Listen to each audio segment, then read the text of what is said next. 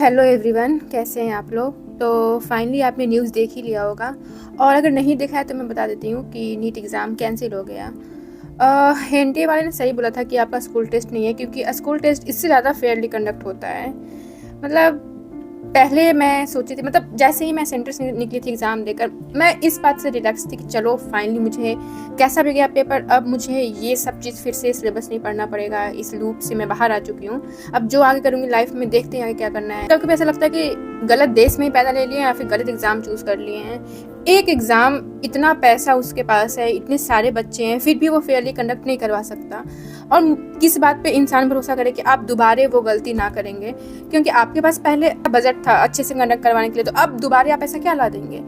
और बच्चा जब एक बार प्रिपरेशन एग्ज़ाम दे देता है तो वो प्रिपरेशन छोड़ देता है, मेंटली थोड़ा फ्री हो जाता है, जो भी रिजल्ट हो एक्सेप्ट कर लेता है, घर वालों से गालियाँ सुनना सुन लेता है, अगर किसी का सिलेक्शन हो गया हो तो तारीफ सुनना है तो वो भी सुन लेता है। तो धीरे धीरे वो कुछ 1-2 हफ्ते में माहौल में ढल जाता है। लेकिन जब पता चलता है कि फिर से एग्ज़ाम कैंसिल हो गया, अब फिर से उसे वही मेंटल प्रेशर झेलना पड़ेगा। जिसने नोट्स 1-2 हफ्ते से नहीं उठाकर देखे हैं, अब मतलब या जिसने नोट्स बेच दिए हैं, उसे नहीं करना था आगे, तो अब फिर से वो क्या करेगा। या तो फिर से टीचर के वन शॉट लेगा, इधर उधर भागेगा।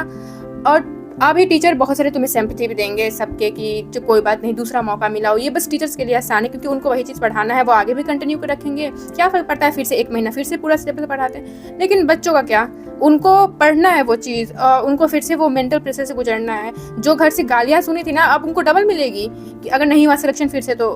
क्योंकि जैसे ही ये न्यूज़ आया कि फिर से नीट एग्ज़ाम होगा, कैंसिल हो गया एग्ज़ाम, मेरे घर से मेरी जितनी भी फ्रेंड है उनके पास, सबके पास पेरेंट्स के कॉल आ गए कि एक एग्ज़ाम तो फिर भी 1 महीना बाद होगा ना, 1 महीना प्रिपरेशन कर लो, अब निकल जाएगा। मतलब पेरेंट्स के फिर से होप जाग गए। और ये चीज़ और अलग से दिमाग ख़राब कर रही है कि क्योंकि पेरेंट्स को लगता है ना कि अगर तुम्हारे 400-500 मार्क्स आए हैं तो उन्हें लगता है कि 400-500 तो है ना मार्क्स, बस उनको 100 मार्क्स की और प्रिपरेशन करनी है, 100 या 200 की, फिर तो सिलेक्शन हो ही जाएगा। अब उन्हें कौन समझाए कि आप कि जो 400-500 मार्क्स आए थे वो रखा हुआ नहीं है, वो आपको फिर से जाकर पेपर में लाने पड़ेंगे, फिर से जीरो से ही आपको मतलब क्वेश्चन सॉल्व करके हर चीज़ करना पड़ेगा।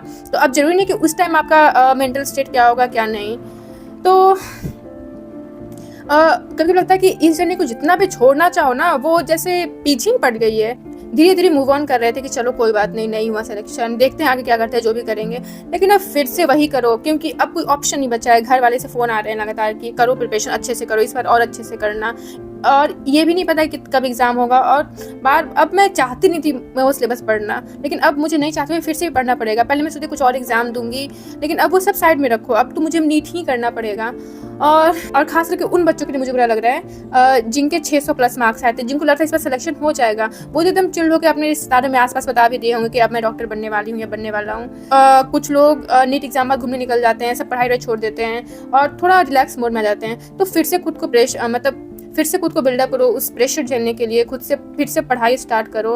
अब देखते हैं क्या होता है। मतलब अब क्या कर सकते हैं, हमारा सिस्टम ही ऐसा है। कहने को तो इंडिया 4th लार्जेस्ट इकोनॉमी है, बट एक ढंग से एग्ज़ाम कंडक्ट नहीं हो सकता यहाँ। बल्कि देखा जाए तो इनके पास बजट की कोई कमी नहीं है, क्योंकि ऑलरेडी अच्छा पैसा लेते हैं मतलब फॉर्म भरने में, फिर भी ये एक एग्ज़ाम कंडक्ट नहीं करवा सकते हैं। इतना मास लेवल पे पेपर सर्कुलेट हो रहा है, यहाँ तक कि सबसे अजीब बात है कि ये अब बताने भी नहीं चाहते, क्योंकि इन्हें पता है ना कि इतना ज़्यादा इस पर पेपर सर्कुलेट हुआ है ना कि ये पेपर खत्म होने के 1 हफ्ते बाद ही बिना कोई लफड़ा के सीधे नीट कैसे रीनीट कंडक्ट करवाने के लिए बोल दी। क्योंकि इन्हें भी पता है कि बहुत ज़्यादा मास लेवल पे पेपर लीक हुआ है, मतलब बहुत ज़्यादा इनकी गलती है। अगर ये चीज़ बाहर आएगा तो इनके पे बहुत ज़्यादा सवाल उठेगा ना, कुछ झोल के कि मेरे पर उंगली ना उठे, ये तुरंत एग्जाम कंडक्ट करवा रहे हैं। और ये क्या बोलते हैं कि अगर तुम्हें कोई मेंटल प्रेशर है या फिर मतलब तुम्हें एंजाइटी फील हो रही है तो इस नंबर पे कॉल करें। भाई आधा मिनट तुम अच्छे से एग्जाम कंडक्ट करवा लो, आधा मेंटल प्रेशर ऐसे ही बच्चे कम हो जाएगा।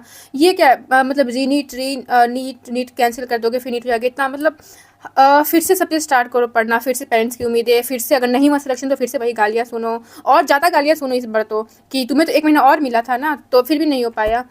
तो ठीक है, देखते हैं, अब प्रिपरेशन स्टार्ट करना ही पड़ेगा। तो मिलते हैं अगले वीडियो में, तब तक के लिए पढ़ाई करो अब, और क्या कर सकते हो।